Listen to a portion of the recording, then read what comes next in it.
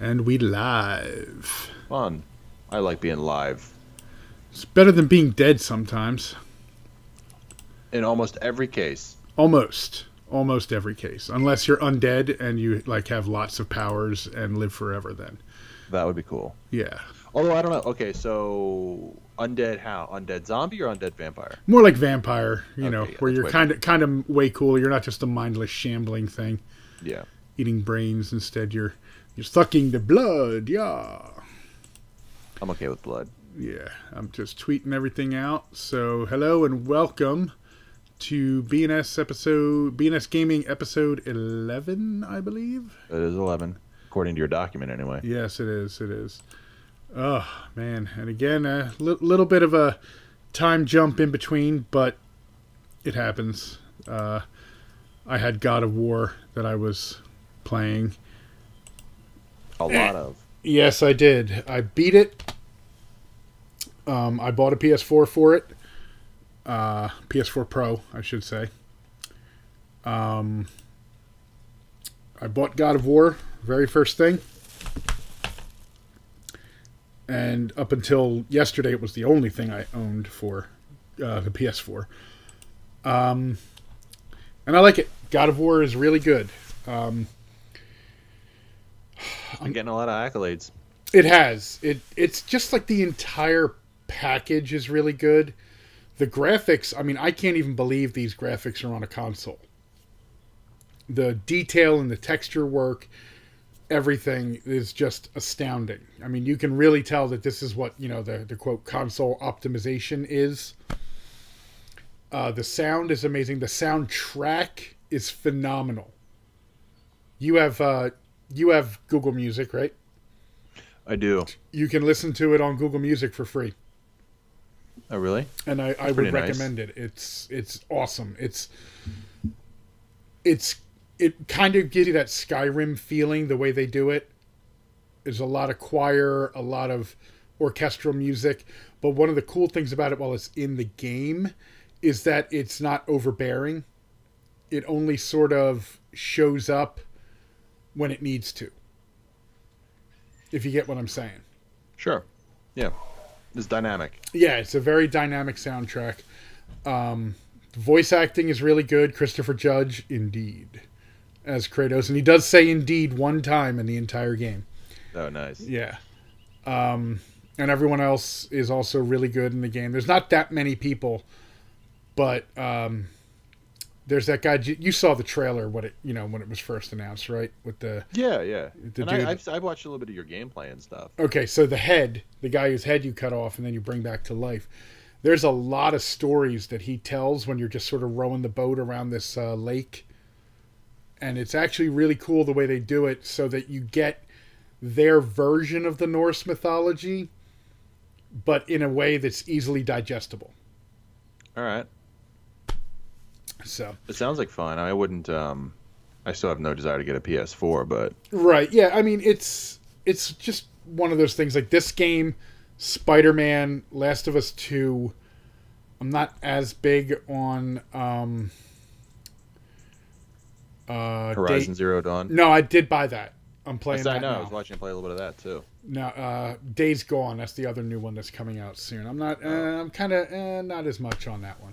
Well, let me put this on your radar since you have a PS4. Mm-hmm. Detroit. I forgot the Detroit subtitle. Become Human. Yeah, I'm not big Yeah. on David Cage games.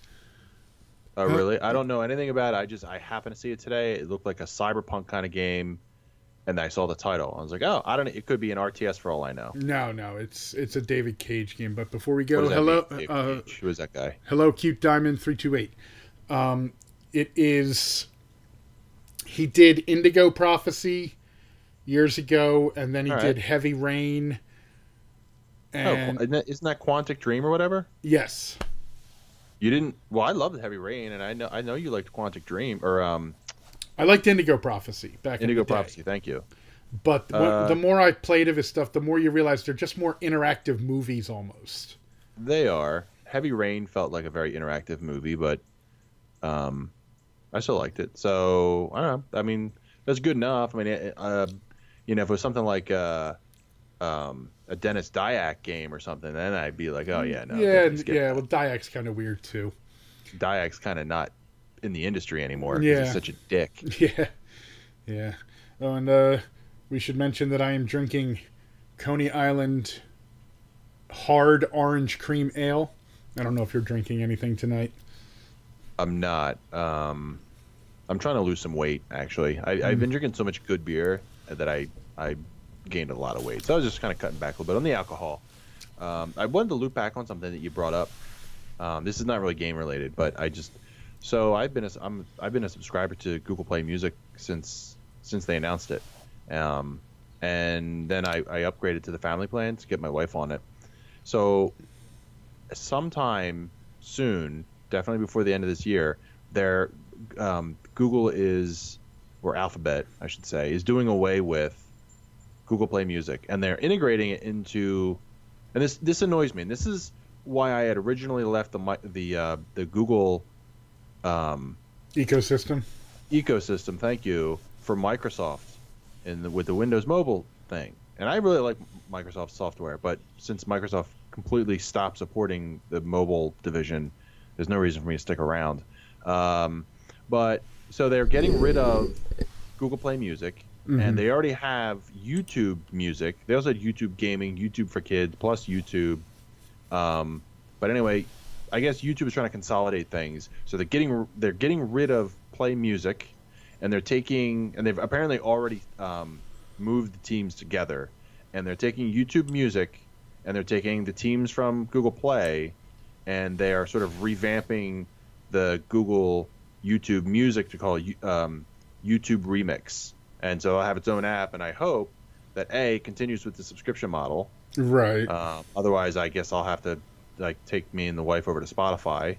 And this just annoys me. It's like another thing. Microsoft actually just did the same thing, despite me giving them some compliments. They just did that with Groove. I was subscribed to Groove, and I kept my subscription to Google Play, just so my wife, because I had that, like I said, I had the family plan, so my wife was using Play. And then Microsoft just we're like, oh yeah, we're done, Groove. Go over to Spotify or whatever. I'm like, oh yeah, Lord. That did just happen. Yeah, and so that was just last month, wasn't it? It was. Microsoft is officially supporting it until the end of this year, or like October. So you can still use Groove and everything, and you can still play stuff that you have that you uploaded. But I don't know what's going to happen once they shut down the service. I think. Yeah, I don't know, and I that's the other thing. So I hope I'm not cold on the fact that Google's just trying to merge two services that are very identical, and since so many people use YouTube for music anyway, it's just that they're taking Google Play right now is very different. If you go look at YouTube Music, if you download those two apps, they function very, very differently, and I very much like the way Google Play works. The Play Music thing. So yeah, anyway, you mentioned that. I was like, yeah, I am a subscriber, and hopefully I'll still be a subscriber because well, see, and they already, because I'm on Google Play Music, and they already do the thing where if you're on Google Play Music, you automatically get YouTube Red, and if you're on YouTube Red, you automatically got the Google Play Music, which was nice. Okay, now I don't have ads to sit through on YouTube. Great. And it's nice that it's a sort of an overarching subscription model. Yeah. Right. So all that stuff still carries over because there's no I'm subscribing to this but not that. Right. It's all one thing. So it does make it convenient, but I'm just hoping that and thanks for reminding me. I actually forgot that. Oh yeah, that's right.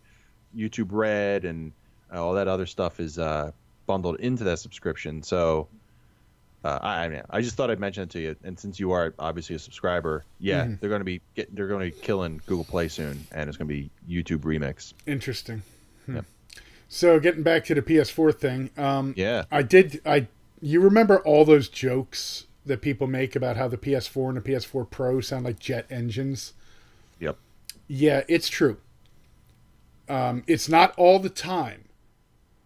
But when I was in God of War, if I would go into the maps, all the menu screens, I'd be wearing my my Turtle Beach headset, because the sound would be coming through that, and that way it's not getting in the mic and everything else like that, and I could hear the fan through my headset. It was that loud that I could hear it through my headset. Now my X, I very rarely hear that. There are times I do, but it seems to go like for like 2 seconds and then it's done. But this, like, as long as I was in those menu screens, it was doing it. And I'm like, wow, that is crazy that it's doing that. I don't know if it's because it was spinning the disc or whatever. Right. God of War being the only game I own on disc this generation as well, because I didn't feel like downloading it, which is a good thing, because when I bought Horizon Zero Dawn, that damn thing took almost 8 hours to download and install. And I was Really? like, yeah. I was like, you're fucking kidding me. It's only 49 gigs, 47 gigs, something like that. And I'm on a 50 megabit per second, speed. And my Xbox, now that, I remember when the Xbox One came out, the speeds were like that, because I remember it taking fucking forever to download Battlefield 4. But I had heard that the PS4's downloads were actually pretty speedy, but no, Horizon Zero Dawn took forever. I fell asleep. I just let it go overnight. I was like, fuck this. Yeah. Well, that's why the pre-ordering games is great, because you're really just preloading them. Right. If you're going to get a game, then that's, And how big is God of War? 40 some odd gigs, I want to say. Maybe 50. But God of War installed off my disc. That's what I was just kind of curious what you'd be downloading, since you said the game has such high fidelity, which was kind of hard for me to tell when I watched you stream, because of course it's probably going to get compressed. Yeah, compressed. And, just kind of for streaming. No, but if you look at like actual really good videos of it, you'd actually be very surprised at how good it looks, even in motion. It's a really, really nice looking game. Okay, hold on. Gotta switch that to live chat.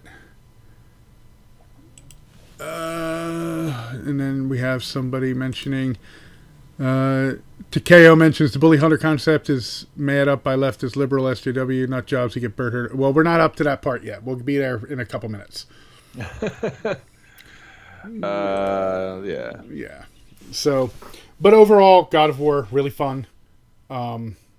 It's definitely different from the previous ones. But it does set up for a sequel, but in a good way. Like, it's not just sequel bait. Right. It sets it up good. And there's just a lot to do in it. I mean, a lot. And you know me, I'm kind of one of those people that's like, I will find all of these. Yeah, speaking of which, did you get you got Far Cry 5, didn't you? Yes, I haven't. Join us or die. Why? Thank you for the subscription on YouTube there, Takeo. Yes, I have. I still haven't beaten it. I still have to get around to doing that. I'm probably going to do that. I'll probably be switching up between Horizon Zero Dawn and Far Cry 5 over the next week or so. And there's a lot to find in there too.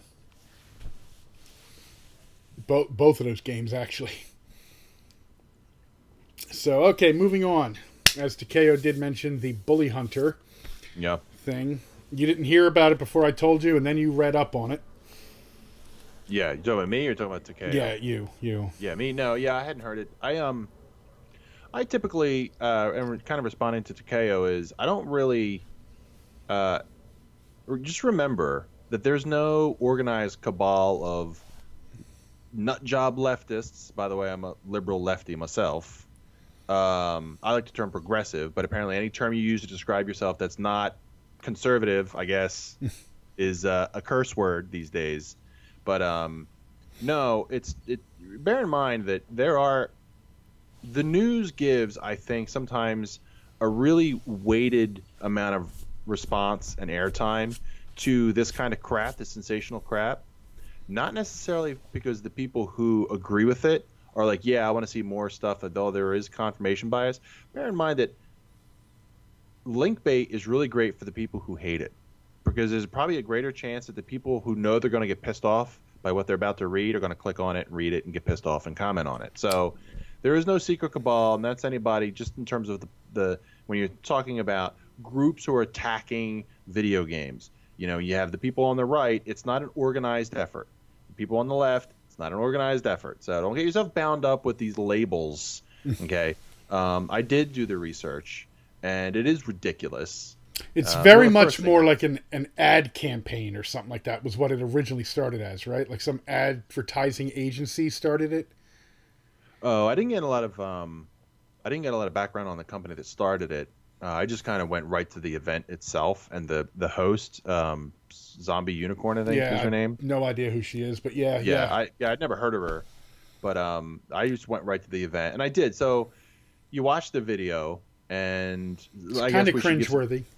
right. Let's give some context for people who don't know what we're talking about. So, Bully Hunters was this streaming event wherein they would, and I think it was supposed to be like an app that you could have, or some means of communicating with these bully hunters, right? And the bully hunters are people that you could call in mid-game if the game allows you to join it, right? Drop in.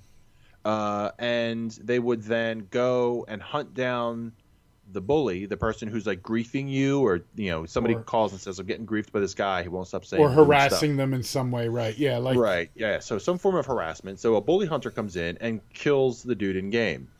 And I've seen other commentary on this, and it's kind of a stupid thing up front, because basically what you're doing is you're calling in somebody on your side to just own the bully, provided that to you bully can a own, bully. right? Like, Right.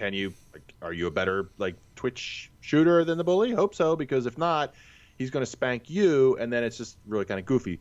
But the concept, I suppose, is to humiliate them in some way. Yeah. I don't know. Was there more to it than that? Like, were they recording it and then they were going to like sort of shame the bully or something? So what was happening was all the footage they were using was all pre-recorded. Okay? Except for the hosts. The hosts were live, but all the footage that they were using was pre-recorded. And they sort of had mentioned that by like, oh, here's the part where this is going to happen. Like one of the hosts had said that. But it was recorded months in advance. Okay? And then one of the things was one of the guys, like the quote bully that was in there, was like, oh, you fucking bitch, get back in the kitchen, go, yeah, saying all the typical dumb shit. Right. And a lot of people are like, so mute the fucker, just mute everybody else, who cares? You're in a pickup game of Counter-Strike, you're not even playing competitively, because people can't drop in and out of competitive games of Counter-Strike. Yeah, a lot of games you can't do that. You can't do it in Halo either. Right. Well, what it ended up being, it was discovered rather quickly that the bully hunter that came in to kill the quote bully was actually the same player. So they were just acting like, I guess they were trying to like dramatize it and like, well, this might be a situation, but they were trying to play it off like it was actually happening, or how it did actually happen. And people like literally went in and found that like the guy's name on his Steam account was the same as the Bully Hunter 77 or whatever it was that was called in. Well, how did they know what the Bully Hunter 77's name was? Well, his name came in as Bully Hunter 77 Right. in the game. So Right. somebody went to Steam, looked up Bully Hunter 77, and you can look up people's names that they've already used, like other names that they go by, and it was the same person that was the quote bully. It was all Really? it was all staged. The whole Well, that's not very thing was effective. staged. Exactly. Like Okay, so that's what. All right, so I didn't. Okay, so that just adds like another facet of fail to this. Yes. This shit diamond. well, it got so yeah, bad. The concept itself is not even all that great. I mean, to stream it, I mean, there might be some small sense of Schadenfreude if you can consistently own every bully that you get called in on. But that only, even then, I feel like that would be a novelty. But even then, it would have to be live. Like, it would Yeah. only work live, not live commentators on pre-recorded footage. And especially now that it was completely set up, it doesn't even solve anything. It doesn't even.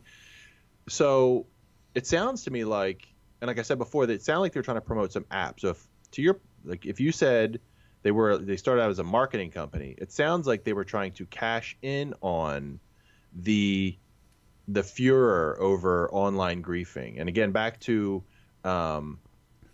Takeo's point, see, this is an example where you're looking at it like there's a group of people I don't like that are doing things that continue to piss me off. And what's really happening is there's a group of people who see how you are so emotionally engaged in this kind of conflict. Like you see things that piss you off and you're like, oh, I got to fight them because they make me so mad all the time, right? Like getting pissed off about Anita Sarkeesian or getting pissed off about that crazy ass lawyer, Jack Thompson. Like by playing into it, you make that valuable, right? It's valuable for you to get pissed off because you'll engage. Okay, and so there's a group that doesn't give a shit. They're not liberals. They're not conservatives. What They're they are capitalists. is interested in making money. They're Right. capitalists, Right. of the worst kind, because they're feeding off. They're feeding off of the emotional manipulation of people. Okay, Yeah. so that's what's really happening. If you want to get pissed off at a group of people, get pissed off at people like that. Yeah. So, but there were sponsors involved. Like SteelSeries was making a headset for it that you could buy, and quote, all the proceeds went to groups that help with online harassment. Which, like, how what are they? Like, seriously, what groups really do help and do that? But I don't want to. I mean, if there is, listen. First of all, I want to be real upfront about it. If online bullying is a real thing, and if there are groups out there that try and help people learn how to protect themselves or support groups for people who have been bullied and don't know how to cope, I'm not knocking that. No, but the But I problem don't is know the ones that are out there right now are much more scams to make money and get people. Right. No, And that's what I'm. Yeah, and exactly my point. I don't know how legitimate both sides of the transaction are. From this marketing company trying to sell some app where they're clearly setting up false scenarios to companies that are taking money for it. Who knows, right? right. But I mean, and that's all just sort of on the conceptual level. But Sam, you'd started to say when you watch the video, which has been taken down by Them, bullygamer.com, bullyhunter.org, I think. bullyhunter.com. Yeah, bullygamer, right. Which the website is down now as well. It's just gone. Yeah, they've tried to memory hole this entire thing. Right, but and people, it of course, naturally nothing Had dies on the recordings. internet. Yep, they had recordings. Even though the people had deleted their Twitch channel for it, they got rid of the video on demand on Twitch. They got rid of the video on YouTube. Other people recorded it, and it's still out there for people to find. So let me just stop you real quick. So a couple years ago, there was, I remember, and I can't remember all the details, and people were it's either going to be familiar to people, or I'm just going to have to tell it as a general story. But there was a game jam that took place a couple years ago, and they were trying to make a big deal out of it. And I can't specifically remember exactly, but there was some sort of it fell apart. Bad organization, a lot of drama. Does this ring a bell at all to you, Sam? The game jam It was with a John game. Tron, and it was like Mixer Studios was putting it on. Not Mixer, Maker Studios. so. Yeah, that's the one that Zoe Quinn was involved in. Yeah, and there's a lot of drama around it for a very short period of time, and people didn't know what happened. I think they shut it down at the last minute or midway through. Yeah, midway through it. It was like halfway through the first day or something like that. They ended up Yeah. shutting it down. And then later on, I think all the whatever, the actual story did come out later on. I think once people got sort of past the embarrassment, and I sort of feel like this is one of those scenarios. We're gonna find out, because the thing is, this girl, Zombie Unicorn, is a streamer. And I'm assuming that they chose this girl because she's got experience behind the screen and on the mic. And yeah, and from second one, she is her notes are apparently shuffled, so she had them out of order. Yeah. But even that, okay, so I want to get to that, but the whole thing, she's sort of awkward and a lot of weird, awkward pauses. And you would think somebody who is used to being, in front of an audience, in front of a camera, wouldn't get so choked up. But that's the sort of weird But thing. you have to realize when you're streaming on Twitch or YouTube or something else like that, for 99.5 billion 9%, and there's 1% that's not like this. It's just them and a camera and a screen.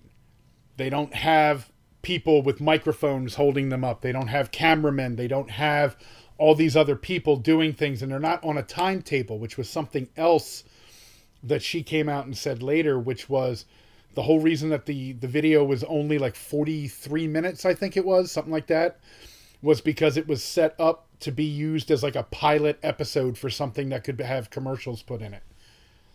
Oh. Yeah. Yeah. Okay. Yeah, I tried to follow her, but she didn't. At the time that I did the research, when you put it in the show notes, she had just basically said she was going to go take some time off the air and just not do stuff. And I'm assuming it's to just kind of let things settle and not have to deal with griefers, ironically, because people are going to bust balls. And I thought it was weird. Yeah, even with all those extra parameters, I just sort of feel like when you're getting in front of a camera, whether it's got cameramen or not, and I'm sure, to be fair, I've had cameramen, I've had newscast people put that shit in my face, and it definitely messes with you for a second. But I mean, that was also because You depending weren't on maybe expecting how much. on it. Yeah, right. Like they were just there. Like I was in the right place at the right time, and they wanted to interview me, but I wasn't prepared for that. If I knew I was doing a show, I sort of feel like when you record, when you do it, and Twitch streamers or podcasting, you have a slight persona, right? You at least develop one early on, and that's something you can kind of lean on and crawl into to kind of carry you through the performance. Yes, mine would be the boring man with the monotone voice. That's my persona. The NPR announcement. Yes. But after a while, you just kind of get comfortable. My point is that I'm taking too long to get to is I'm sort of surprised that even with her stuff just thrown out of whack, that she didn't just be like, well, I guess the time constraint, right? I guess she didn't have time for it. I guess all the things I just sort of feel like I'd be like, all right, hey guys, bear with me for a second. My cards got out of whack. Make a goofy little joke. People will appreciate it a lot more than if you just try to stumble through it. Oh, definitely. And you see that in live newscasts. You see that, if a show's being shown live on television and they mess up, they'll make a joke about it real quick. Yeah. And it brings people like, okay, good, we're good, let's go. Yeah, far fewer people will make fun of somebody who just is like, oh, technical difficulties. I'm just going to sort these for a second. You kind of vamp a little bit as opposed to somebody who tries to pretend like nothing's wrong. For some reason, people don't like that. Like, I can see there's something wrong. Acknowledge it. Let's move forward. Yeah. So it's unfortunate, right? Because, it's unfortunate. It's not unfortunate. It was a stupid idea. That's my opinion of it. Anyway, it was a dumb idea, and the other announcer, there was another girl who was doing I don't remember her name. Yeah, I can't remember her name. The Asian girl. Yeah, and here's the thing, and I think this is where it gets a little tin-eared. This whole production, right, of the thing. The girl's announcing it, and she's saying things like, the guy runs up, and she's almost trying to do like the wildlife commentator, like, and here we stumble upon the wild boar, and that's what she's like. And here he comes up behind him and stabs him, which is a very difficult maneuver. All right, so here's the thing. You're talking, this is going to be a thing that it's going to be watched by other gamers, okay? It's the only people who would have interest in this. Oh, God, yes. There is no normies, as we'll say, are going to watch this. Right, but they're talking as if it's like a physical sales pitch to somebody who's a non-gamer, like explaining the difficulty of a knife stab. Like, come on. And again, that goes back to the whole, like, it was by like an ad agency trying to do this. Like you said, they're trying to sell. Now that you've said that, it makes me think that that's exactly what it sounded like. Was they're trying to pitch some new software, that would allow people to like hit the bully hunter button. Help me, bully hunter. You're my only hope. I don't think so. Yeah, and it also turned out that when people looked at like their statistics on a lot of the bully hunter names, is they had really horrible kill to death ratios to begin with anyway. So people were like, so what's the point of calling these people in? Right. Especially because the only in Counter-Strike especially is the only people that they would be quote griefing would be your own teammates, because you can't hear the other team in Counter-Strike ever. Except in like the lobbies, I think, and that's only in the non-competitive games. So wait, I'm confused. So how, if you can't hear the other team? So the person that was quote harassing was on the same team. Gotcha. And then the bully hunter joined on the opposite team. No, the bully hunter joined on the same team. Oh right, I'm sorry. Yeah, because you wouldn't be able to hear. So wait, so they joined the same team to then team kill? Yep. Which makes even less sense when you think about it. I would say that if I was on that team, and then I was like, all right, dude, stop being a dick, stop saying stupid crap, stop acting like you've never heard a girl's voice before. But now we got this other person, and now they're screwing up my game because now they're team killing the asshole. Yep. Which is sort of like, now you're griefing me. I didn't do anything. Right. You see how like just this turned into like such a shit show in the end. Like the whole thing from the first announcement through the stream to what happened after the stream, where every company that was involved, SteelSeries, I don't remember the other like 2 companies that were involved, like they backtracked and damage controlled so fast after that stream went off, and after it was found out that the harasser was the bully hunter, that the version of Counter-Strike that they were using was something like 9 months old, so it was recorded like 9 months ago. Like these sorts of things. And SteelSeries backed out. The host backed out, like that zombie unicorn chick. She really tried to sort of back away from it. And and I was saying I felt bad for her because I am 100% in support of this new entertainment paradigm, right? Streaming, the online stuff, creating content and directly delivering and interacting with your audience. I think I love that these people are making good money, some of them. I love that this is a form of entertainment that's growing, and getting the attention of big companies, although that's not always a good thing because then they kind of come in and fuck it all up. But, yeah, if she could have been a talent to contribute something of value to people, and then she just kind of hitched her wagon to this thing because it sounded like a good idea to her. Yeah, I don't know on that particular front. I feel less bad for her, though, when I was watching some of her tweets from the day before. There was, because one of the statistics they used, people found out that it was a survey of 800 and some odd, like, people that was all opt-in, so there's no way to control for variances, other stuff like that. It wasn't scientific at all. And then they extrapolated it out to this, some 3 million girl gamers get this. And you're like, where are you getting this number? And when somebody who works in mental health research asked about it, she's like, just watch the stream, you'll find out then. And she's like, just give me the study to look at. And she wouldn't do it. She wouldn't give this other person the study. And then she eventually ended up blocking the girl for, quote, internalized misogyny. And I read that and I was like, you're a lost fucking cause right there. Internalized misogyny. Yes, that's when a woman is misogynistic. Because I get it. Where she's internal, she's accepted it so thoroughly that she could be that. All right, look, I don't really like the gender politics thing. You're certainly way more enthusiastically irritated by it than I am, because I find it so silly. Oh, I find it silly too, but there are times when you see like these certain buzzwords come out, you just go, you're a lost cause. Like you are so far drowning in the Kool-Aid that you can never be brought back. Right. And that's why you don't engage with people like that. It's like engaging with a cult member. Yeah. Right. They've just sort of programmed themselves to function in a certain way that means that they're unreachable and that's whatever. That's fine. What's worse about it is they become dangerous, right? If you try to engage them in certain levels, right? Like it's just, they want to start because they want you to be the villain that they need you to be. Yeah. Right. And when I say they, I mean anybody who has taken their dogma and turned it into a crusade. And whether it's religion, identity, politics, whatever. Anything, right? It's traditional, all that stuff. People can just they put their stake down in the ground and they're looking for a fight, and sometimes it can go south on you, and that's why I don't like to engage. I've had people in my own house call me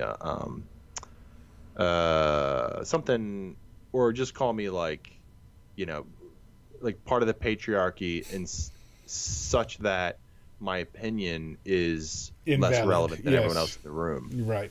You're a straight white male. Your opinion is not valid, and you're tempted to say, you know what, get the fuck out of my house then. It's the first thing that comes to your mind, because really what you're thinking is, wow, so you're the kind of person who has such a lack of self-awareness that you'll insult me in my own house. Right. And a lack of tact and a lack of basic gratitude. Yeah.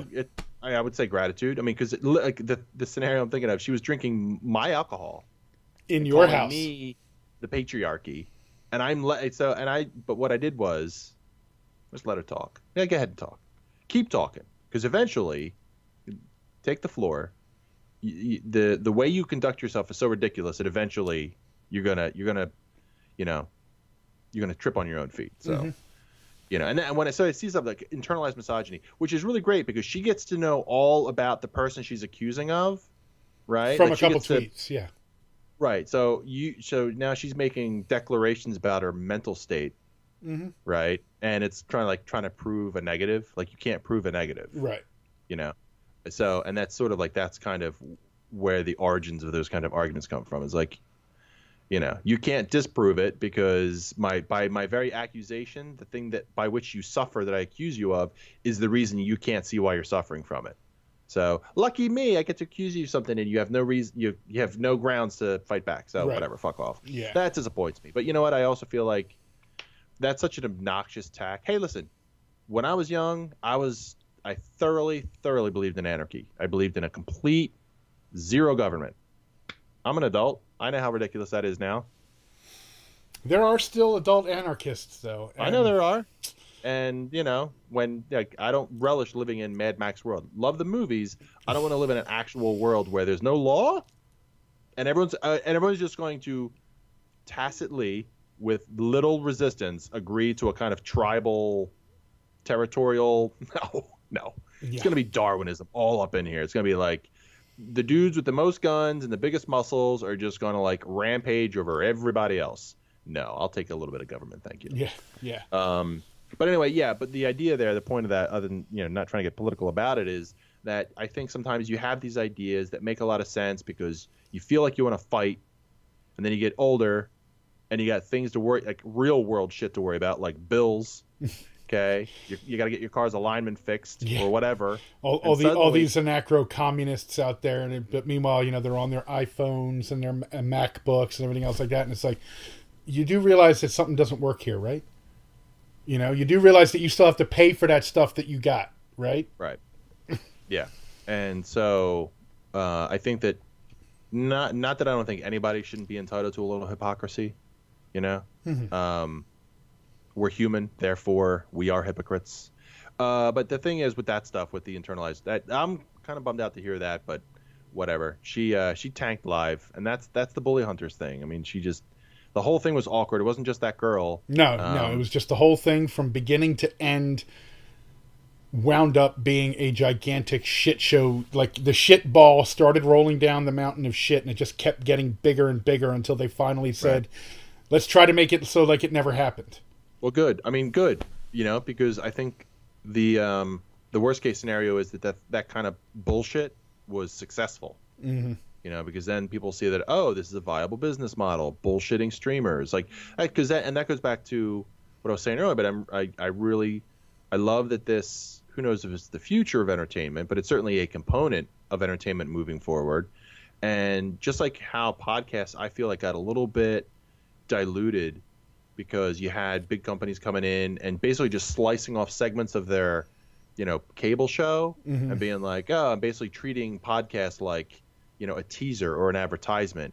Whereas I felt like, you know, that's not podcasts aren't the appetizer, they're the entree. Exactly. You know, it's where you want to go to get the good shit. You know, where it's not censored or controlled or mediated. And that's what in podcasts to some degree are. Although still, fortunately, I think they found their equilibrium and they're not quite the corporate shit show that I thought they'd turn out to be. But streaming now is kind of facing that. It really has to figure out what it is and make sure that it doesn't allow, you know, outsiders to come in and define that for them. Yeah, especially because you see so many streamers, the big ones, that have sponsorships from corporations and stuff like that. I mean... Well, that's fine. Yeah. I think that's fine. If you want to spot, and that's fine. You want to be like, I'm drinking Coke because Coke is delicious. Well, what I'm saying at that point is you just have to watch how far the sponsorships are going to try to push what you do. Right. Yeah, and now if you have a sponsor and they say you can't talk about underwear because we make underwear. Mike Pence is a stakeholder and he's afraid of underwear. Right. Then don't talk about underwear. Right. Yeah, that's a problem. Yeah. Especially if your show is called All About Underwear, then it's really then you have a really big problem, I think. So I guess that's really all it for the bully hunters. Just bad idea, bad implementation, and just chalk it up to experience for them.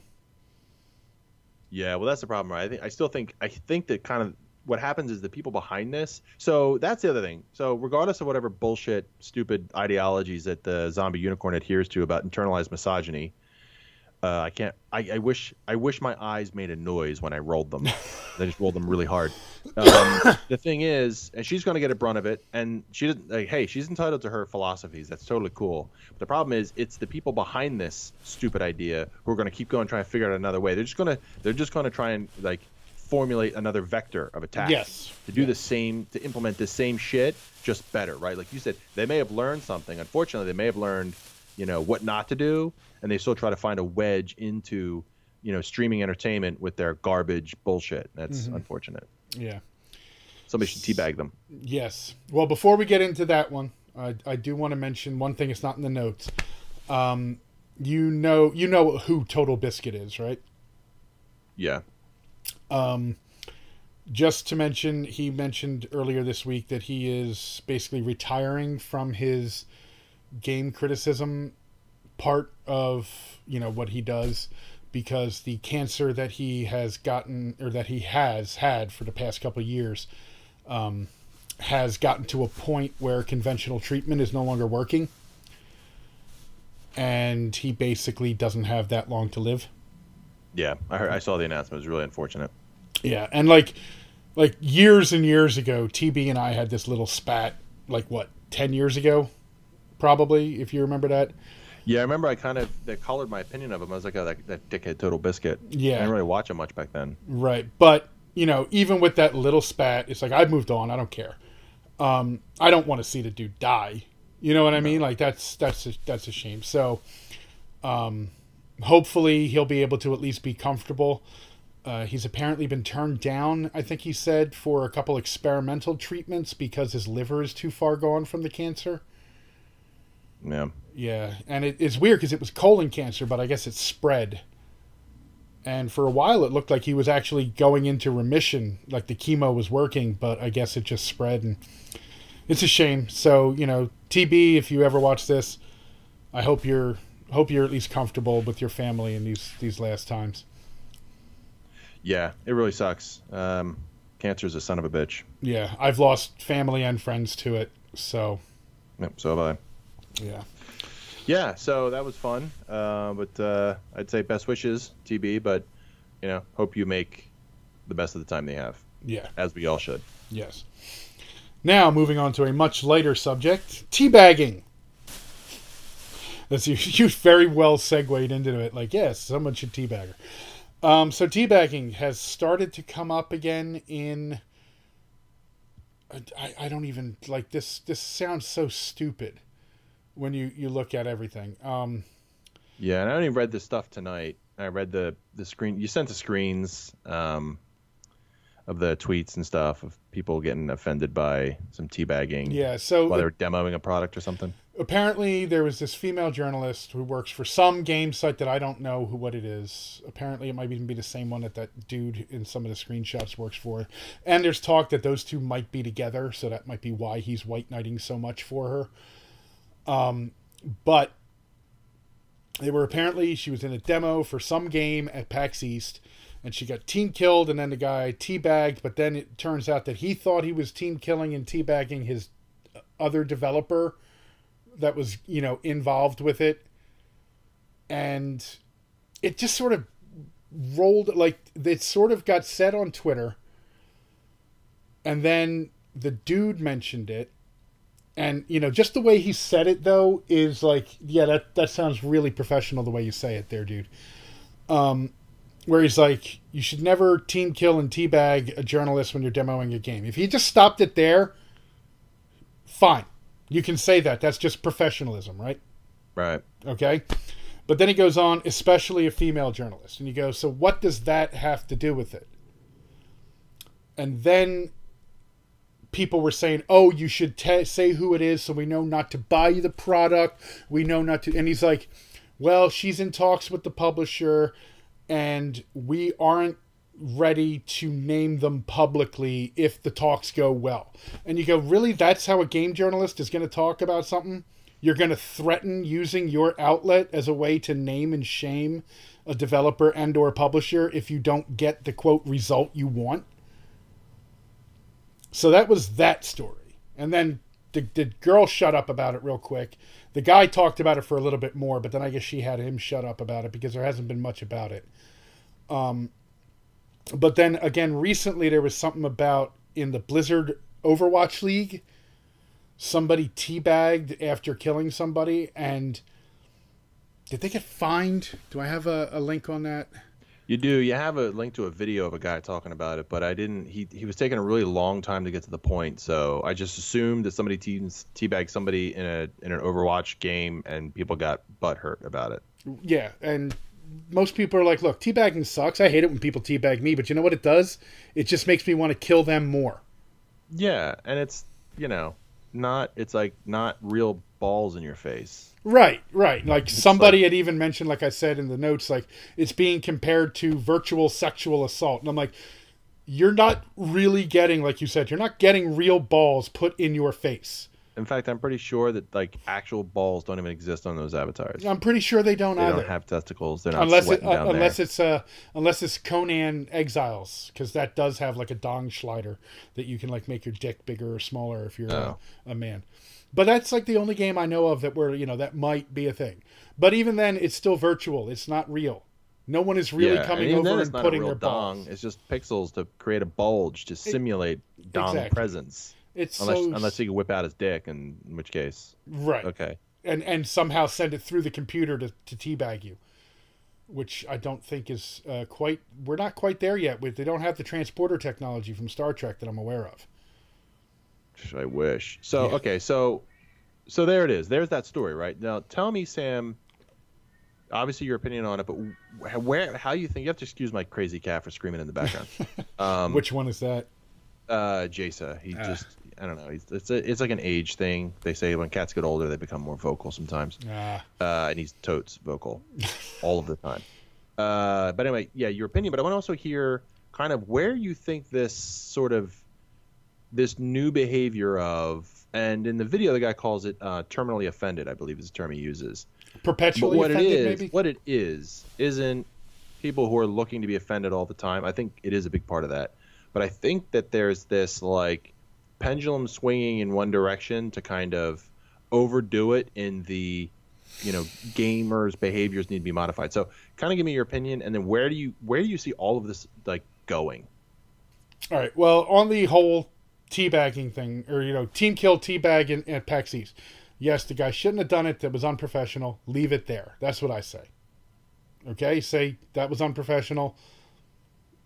Maybe, whatever. Don't start going on about how, one, it matters what gender the journalist was, because it doesn't matter what gender the journalist was, because it's still an unprofessional move no matter what. It doesn't matter if it's a guy, it's a girl, it's a small furry woodland creature. It's the same thing. It's unprofessional. We can agree there, right? Yeah. Yeah. But then don't go trying to like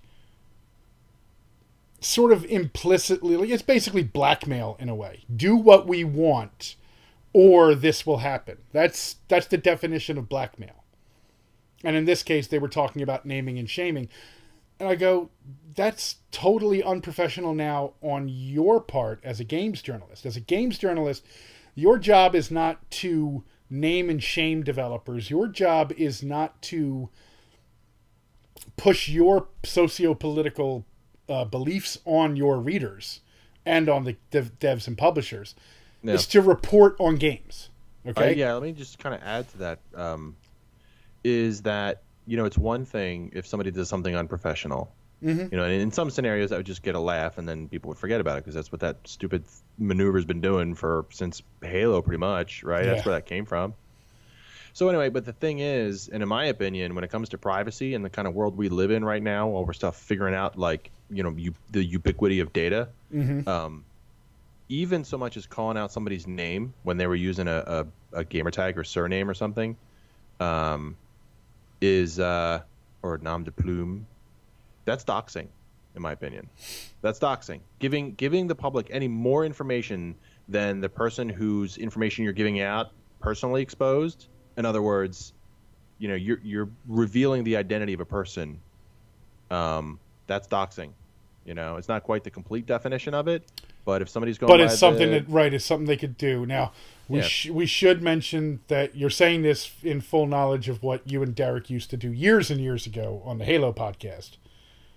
well, no, we had the prick list, but we didn't call out. We didn't go find out their names. No, but and you call still out called their, out their gamer tag. We called out their gamer tag because that's the publicly available information. That, of course, was the only information that we Right. had. Right. And we just basically said, D's nuts XX1765321 Is a dick. is a douche, Yeah. and here's what he did. And Right. oftentimes we'd tell the funnier of the stories, and Right. people could relate because everyone, In Halo 2 especially, everyone, yeah. yeah, but everyone who plays video games online can relate to running into that one dickhead who just won't knock it off, right? So it was kind of relatable, and we would tell it in a funny way. But yeah, it was similar to that. But we would expose the name, and now if this teabagging incident, they said, we're playing this game, and whatever, they just kind of told the story, like you said, from a journalistic stance. This is the available information as it happened. Here it is. Here's the story. But if they want to go, well, we should name and shame him. Well, wait a minute. First of all, never name anybody for the explicit purpose of shaming them, right? Like, unless, of course, certain crimes, but like, it's not a crime to be an idiot online. Right. Or while giving a demo. It's not a crime. It's just unprofessional. It's not a crime. It's in poor taste, and it might be against some rules of maybe the place where you work, and you can get fired. But that's an internal, personal matter, and I think the idea of naming and shaming is repulsive, it's repugnant, and it is the same form of emotional assault that a lot of these people who want to name and shame because of some version of assault that they're offended by, they're trying to stop it. Well, you know what? And I really can't stand using really tired old cliches, but two wrongs do not make a right. Yeah, no. You don't punish somebody by doing the very thing that they deserve to be punished for. Right, and it's true. And you get the same thing, you get the same thing too. Like a lot of people will say that it's a very leftist tactic to try and name and shame and publicly humiliate someone, but people on the right do it too, just in a different way. It's definitely there's no the left does this, the right does that. There's a lot of overlap when it comes to this. The identity politics part has become very left and right are doing the similar ones just from different points of view. It's all stupid as shit. And I agree that they shouldn't name and shame the developer or the company he works for simply because this chick didn't like what happened to her and her boyfriend. He didn't commit a crime. Yeah, and her boyfriend is trying to sound all internet tough. And it's like, how would you like it if somebody were to find something out that you did and name and shame you for that? And suddenly, your entire whatever thousands of Twitter subscribers or followers turned on you. How would you like it? Yeah, and see, that's the thing, and this is what really bugs me about this era that we're in. And I was curious to hear where why I was curious to hear about where you think this is going. When I refer to this, I mean there's this new era we live in of heightened sensitivity, which, like anything else, will exist for a while, and then enough people will get sick of it. The people who are the biggest proponents of it will eventually grow out of it or get bored of it. The novelty of whatever it is will wear off. One will hope, anyway. Yeah, I mean, because it's coming on the winds of a kind of change that's necessary, right? We do live in a society that, does kind of prop up a little bit too much the idea of like a macho male culture where men can't be sensitive, and if they are, they're weak. And I don't know that this is not the kind of show, but there are good things that come from this, and there are good reasons why some people want to take up a kind of position about the culture as it stands today. But when we're talking about video games, we're talking about playing, having a good time.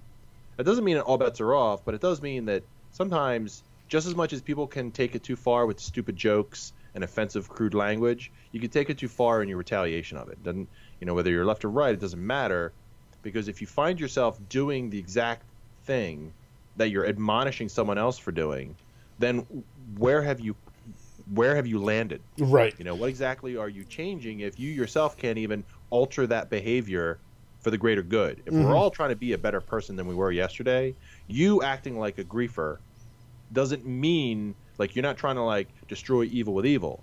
It's just you're proving that pretty much human beings in general are shitty, and you're no better. Yep. Except now you're trying to take moral high ground, which makes you a hypocrite of the highest order. Mm-hmm.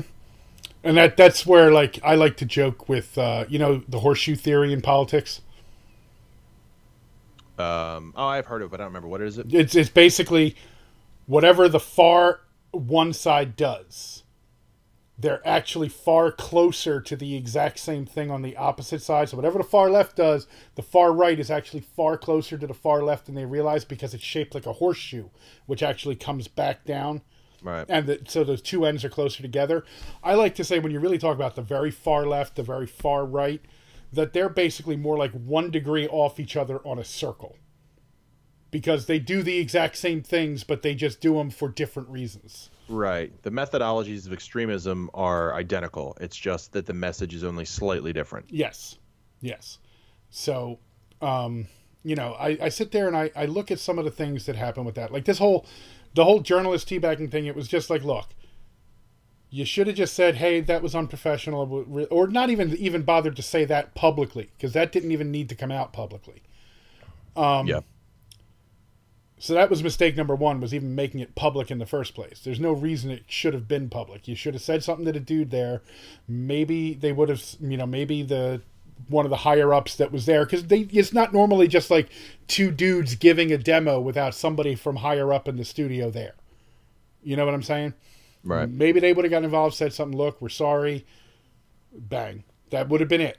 But they had to make a big deal out of it.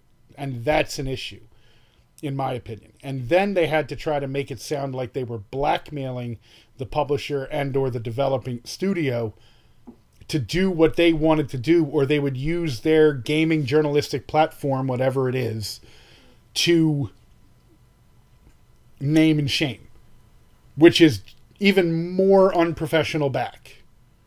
So like I said, two wrongs don't make a right. Now an even worse wrong doesn't make the first wrong a right.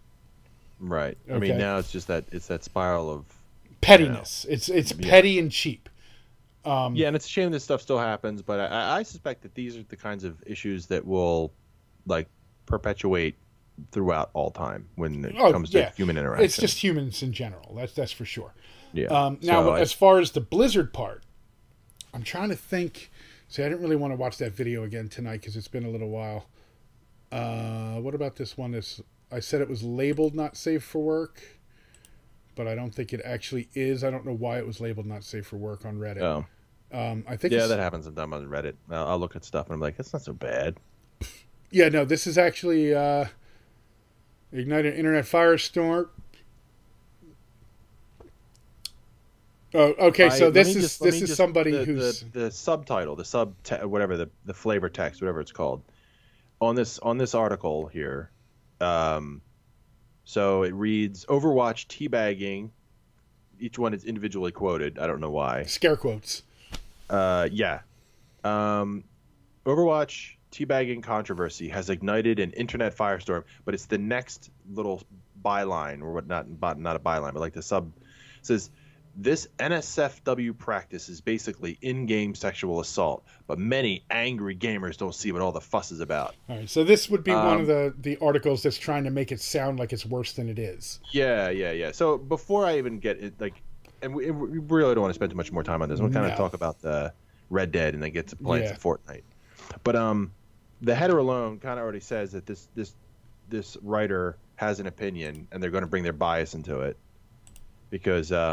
I'm not angry. I don't see what all the fuss is about. Yeah, I don't either. I mean, yes, okay, look, when someone teabags you, it's a dick move. But then you just feel better when you kill them and teabag them back. Like that's right. That's really... it's Philly Fusion. He's the Philadelphia team. Which actually made it even better to put in because we're from Philly. But yeah, like I don't see like this not safe for work, sexual assault. Like what? Again, it's not real balls and dick going into your mouth. I don't get the. This is a thing where, and I had this conversation after. I don't remember where I was having the conversation, but I was saying that it was sometime around the rise of the Me Too movement, and I was talking to a friend who's very, very feminist, and we agree on mostly everything. But I said to her, I'm concerned that the Me Too movement, which I think is important, and I do, but I'm concerned that it will become weaponized, meaning that people will realize that with simply an accusation, you can now do significant damage or completely ruin someone's life. Mm-hmm. That's already happened. It became weaponized like within days. Of course. And that's sort of the thing, right? Is now you're diluting the language, right? Now, like the way for us to communicate with one another and say this is not right, you can't do this, this is wrong. That's the discussion. That's the education, right? And so, but what happens is, other than false accusations, which I've you read about them in the news, the problem is now that the language is co-opted in such a way that it immediately goes from dopey kid teabag somebody in a professional tournament. And according to the article, and again, because the article is clearly so slanted, I don't know how to interpret it, but it says that the audience had an audible reaction, like that apparently they gasped and didn't like that the kid teabagged the other person. I'd have to actually go back and look at that. Dude, really, you teabagged them? Like, you can't, like, when people teabag me now, I sort of feel like, you fucking child. Mm-hmm. But whatever. I mean, especially now, like, in, say, like, Fortnite, you can just do, like, why don't you break dance instead? Like, yeah. Whoop my ass and then, like, or in my case, I'll do the Carlton. Yeah, do the Carlton, do Orange Justice on me or something. But I'm so happy they put that in the game. Yeah. But the thing is, the language, and I love language. I love the power of language when you can be subtle, right? And I think that a lot of people speak very I forget the word. There's a lot of hyperbole, right? What we do is, instead of allowing ourselves to use all the words in between, right, as opposed to everything is either the best or the worst, it's great or it sucked, I loved it or I hated it. There's a whole range of language that exists between love and hate, best and worst, that you can really get into some sort of nuanced discussions and dissections of things that you want to talk about, instead of this sort of binary idiot blabbering. And that's kind of what I feel like has happened with a lot of the language here. Is sexual assault's not funny at all, and I think there's a big difference. And now there are feminists, I'm not going to call them feminists, they're just people who would really strongly disagree with me when I say there's a difference between getting teabagged in a video game and getting actually physically assaulted. Oh, there's a huge difference. There's a huge difference, but there are people who would argue that psychologically it's all the same. Well, I disagree. Oh, I disagree as well. Strongly. And I also think that in line with that when you take the language and you do the same thing, where you're like, he teabagged me. It's sexual. I was sexual. If somebody you didn't know said I was sexually assaulted last night, you're like, oh my Jesus, that's awful. You okay? Like, what? Have you contacted like a crisis center? I mean, do you need what I mean? You'd be really upset, and you would, hopefully, if you're not a psychopath, you would feel bad for that person. They said, yeah, I'm never going to forget it. That kid, he shot me, and then he teabagged me. You wait, what? What do you mean shot you?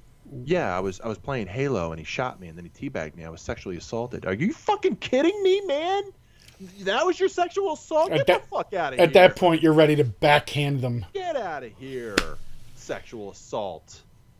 Yeah, no. It's... And the thing is, and I'm not, again, is the thing that there are real people who are suffering from this. Real PTSD from real assault. And it's horrible. To try and put video games up in line with that is insulting. Mm-hmm. Or I suffer PTSD from what people said to me on Twitter. Motherfucker, no you don't, because you don't know what real PTSD is until you've been in a major situation that would cause it. Okay? Like you've been in a major car accident, you've been in war where you've watched your friends died and you've almost died. Stuff like that is what's going to give you PTSD. Not somebody calling you a stupid fucking bitch on Twitter. I'm sorry. Yeah. Okay? Yeah, so that's I do want to I don't want to linger too long on this, but that's sort of obviously our feelings on this kind of ridiculousness. Yeah, We're ridiculousness past is the hour probably mark, so I wanna the get close best to that. part. Yeah.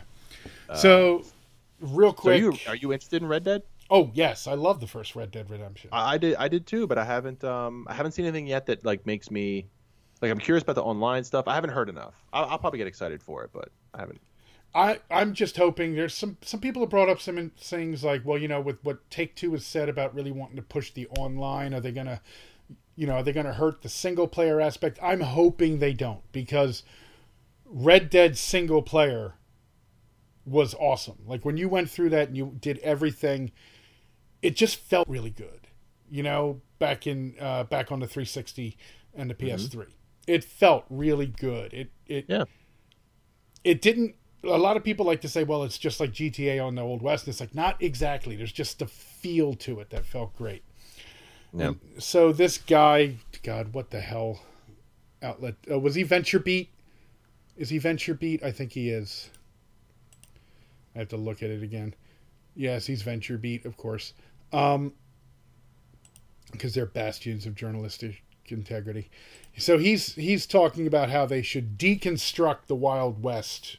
Like that Rockstar has an obligation almost to deconstruct the Wild West in a way that he feels it needs to be deconstructed, because he doesn't like the old John Wayne spaghetti westerns and the romanticism that some people hold for the Wild West. And the big one that really seems to come out is that a lot of the people in the Old West didn't want the federal government encroaching on them. And he's very much like a big government sounding person, where everyone should be glad the government is there for everything you need. And I say to that, no, the government has some very specific needs, and I don't need them in every other aspect of my life. Unfortunately, they're in far more aspects that I'd like them to be, but they don't need to be in every aspect of my life. I'm not one of these I'm not one of these like big L libertarians who's like, taxation is theft. I'm like, no, you need the government for certain things. Defense of the country, infrastructure, that sort of stuff. Yeah. So you need to pay taxes for that. But guess what? I don't need the government telling me what's moral and what's immoral. I don't need the government telling me what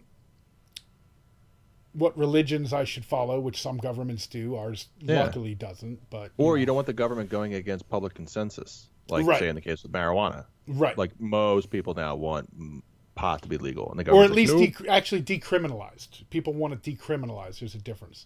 I want it legal. Well, no, because actually some people have pointed out if you make it legal, you get the government even more involved. Whereas if it's just decriminalized, all they do is really collect taxes on it. Because it'll I guess end that's up subject gunning to debate, but right. So whatever. Yeah. Like. So this guy, he wants it to be deconstructed. He doesn't want it romanticized. He doesn't want, basically he doesn't like that some people like John Wayne movies, which, more power to the people that like John Wayne movies. They were a thing of their time. Yeah. Which was what, 50, 60 years ago? Yeah. Great. He was big in the 50s, right? Yeah. The 30s, 40s, and 50s? I think late 40s, 50s, and 60s was when he was really big. I think he died in the 70s. Up now, but...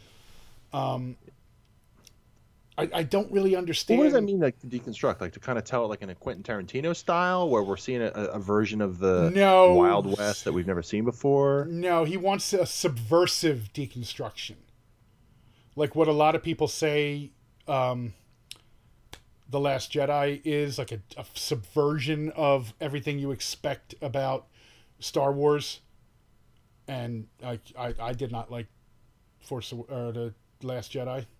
I liked it in the beginning, and then as the movie went on, I liked it less and less until I left the theater. I don't know if you saw it yet. I did.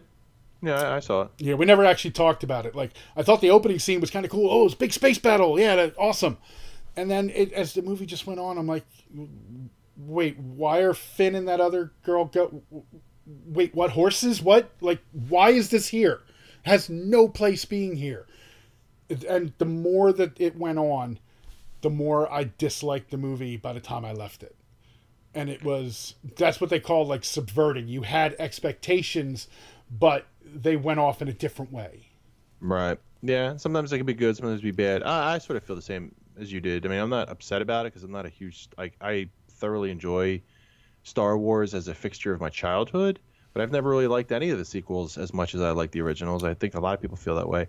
But in terms of the subversion, I think Blade Runner 2049 subverted, perhaps.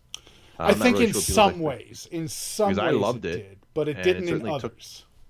Yeah, and it sounds like it was polarizing for some people, but yeah, a deconstruction of the Wild West. Listen, I'm all for telling the story in a new, different way. I don't know how they would do that, but I don't. Oh, by the way, John Wayne was active during 1926 to 1976. Ooh, Yeah, nice career, that dude. yeah. Yeah, Venture Beat. Yeah, I don't know. I mean, I think like some of the Quentin Tarantino retellings of the West was pretty interesting.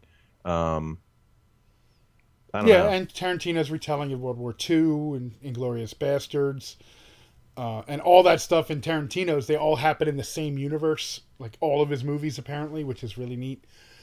Yeah, and apparently in his world, some of those movies are the movies in the world, and some of them are just events that happen in the world. Which is, you know that? which is crazy.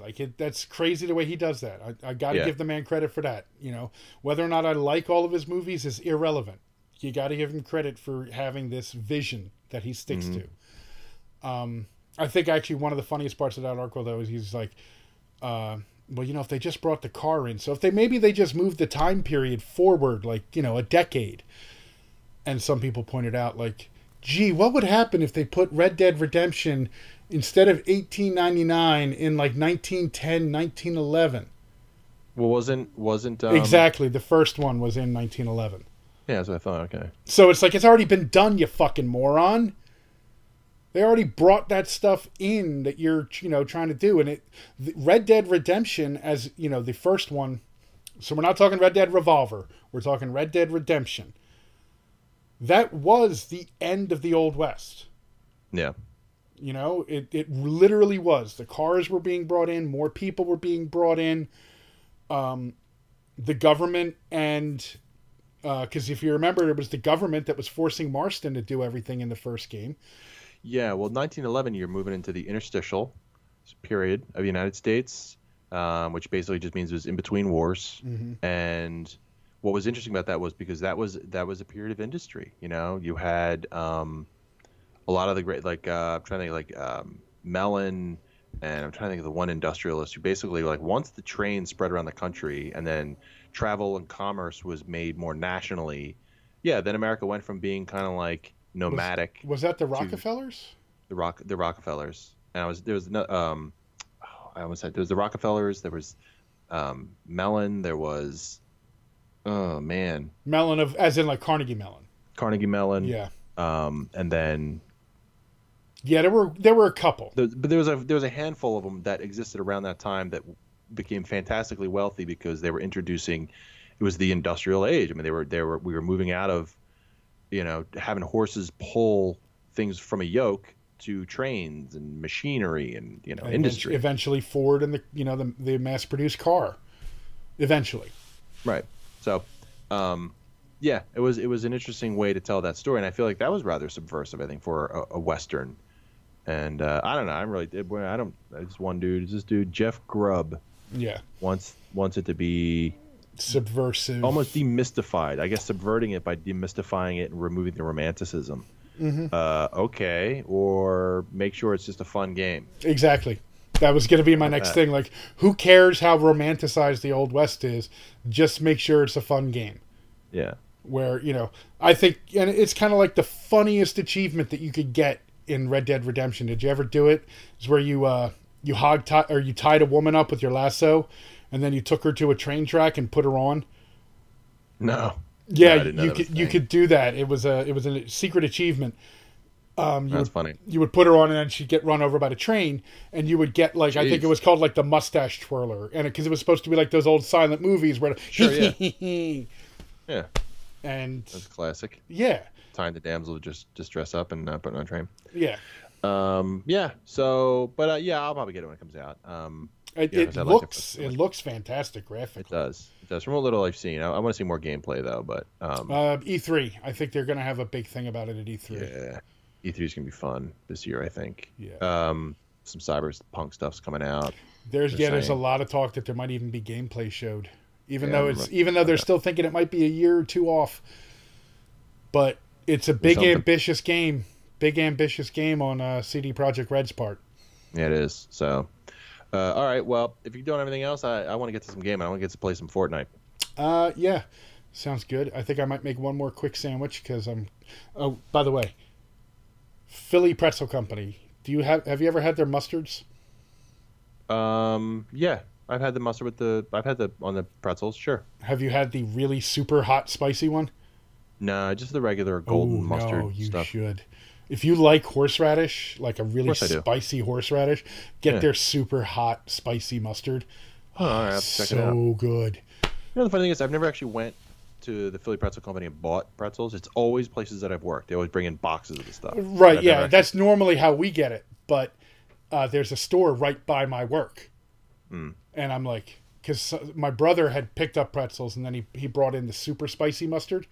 Yep. And me and me and two of the girls in there were like, oh my God, this mustard is so good. So I'm like, okay. So I went out and bought some for myself and I put it on my sandwich that I had a little earlier and it added to the flavor of that sandwich so much.